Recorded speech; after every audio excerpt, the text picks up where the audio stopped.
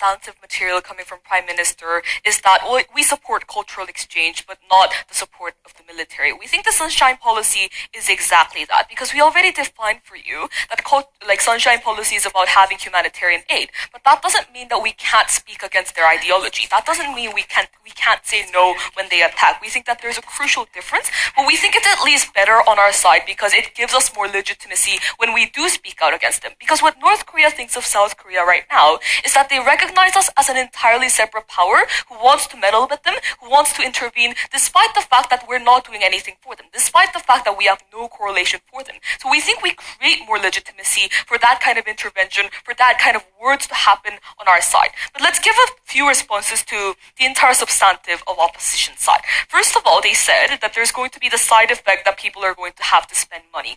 First point of response, we think that there are a lot of instances in which citizens do have to spend money on things that might not necessarily directly benefit them. That is, we think the reason why we spend money on things like the military is for the protection of citizens, which might not have benefits in the short run, which might not have direct benefits for citizens, but nevertheless we do these kinds of things. We think that those are the instances in which Prime Minister already explained to you why this is going to be beneficial for peace. Yes. Then are you stating that the people who are not ready to help other people and themselves suffering from pain or suffering from many kinds of famine, they should help other people too? That's not what we're saying. We're saying that tax money should go there. As to how that tax money should be distributed, we don't necessarily care. We don't think that's the crux of this debate.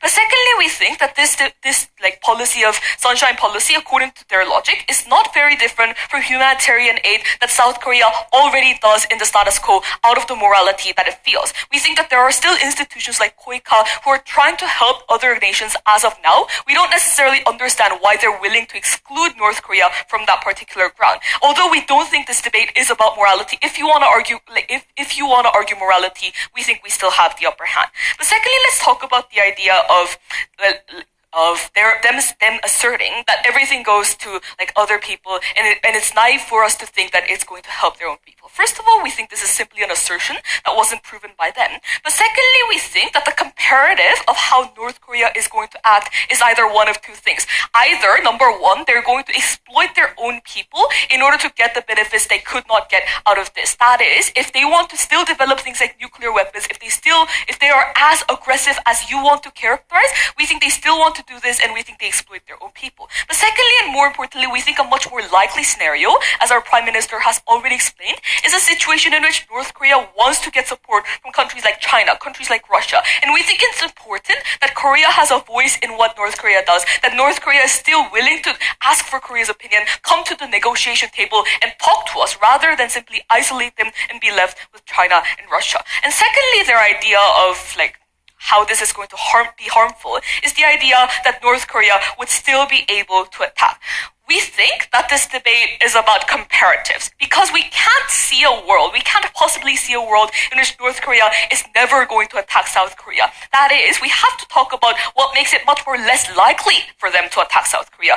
Prime Minister already gave you an analysis as to why North Korea has all the incentives to attack in the status quo. Firstly, because they have nothing to lose. Secondly, because they already feel at the point that all of the countries in the world are hostile to them, they think that they can gain more by attacking. We think we combat that by saying that attacking is not necessarily in your interest, that you can get things in your interest without attacking. We think we provide an alternative solution for North Korea rather than simply attacking. But secondly, we already characterize that North Korea may be aggressive but not irrational. That is, at the point that we make the cost of attacking much more greater than the benefits that come from attacking, we think it's much less likely that they're going to attack. We get these preemptions and preventions on our side. You don't. We think opposition bench on the entire level have failed to engage with us on this level. But thirdly and finally, we think that even if they do attack, what it looks like to the world is different. Because what the battle between North Korea and South Korea looks like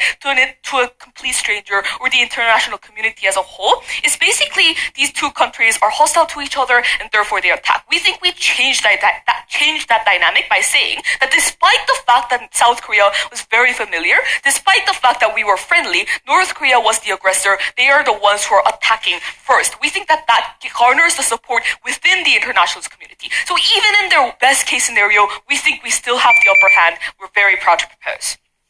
Okay, that was the Deputy Prime Minister arguing for the motion and laying out the reasons why the Sunshine Policy should be revived. Let's see how many lights have been switched on. 34 out of 50, putting the total for the opening government at 66 out of 100. Well done.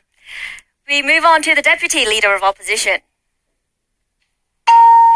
Ladies and gentlemen, Sunshine Policy, which its purpose is to provide financial support to North Korea, to bring North Korea into the global society, has a very good intention. We both agree on that. However, ladies and gentlemen, it's not very effective. Quoting a famous line, history does not lie, we have seen from the effort of our previous governments with the North, and ultimately that the Sunshine Policy has failed to achieve the initial intention with North, and ultimately provided capital that actually led to the deeper isolation of the North, for example, developing nuclear weapons.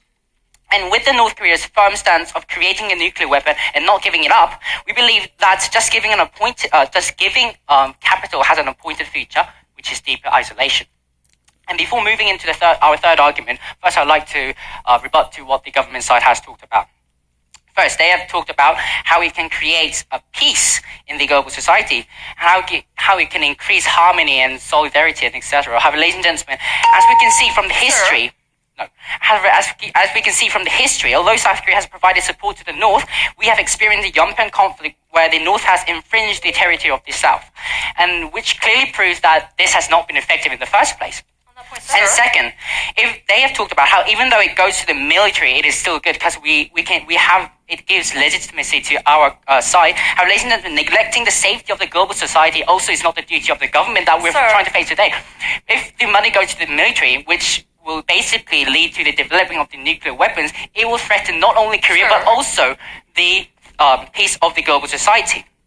And second, they've talked about how they will just come up to the table just because we provide capital continuously. But how, ladies and gentlemen, it is very naive of the government to think that they would just come to the table, because clearly they haven't in the previous governments, and they wouldn't in the future too. Now, also they've talked about how North Korea shouldn't only have Russia and China to rely on.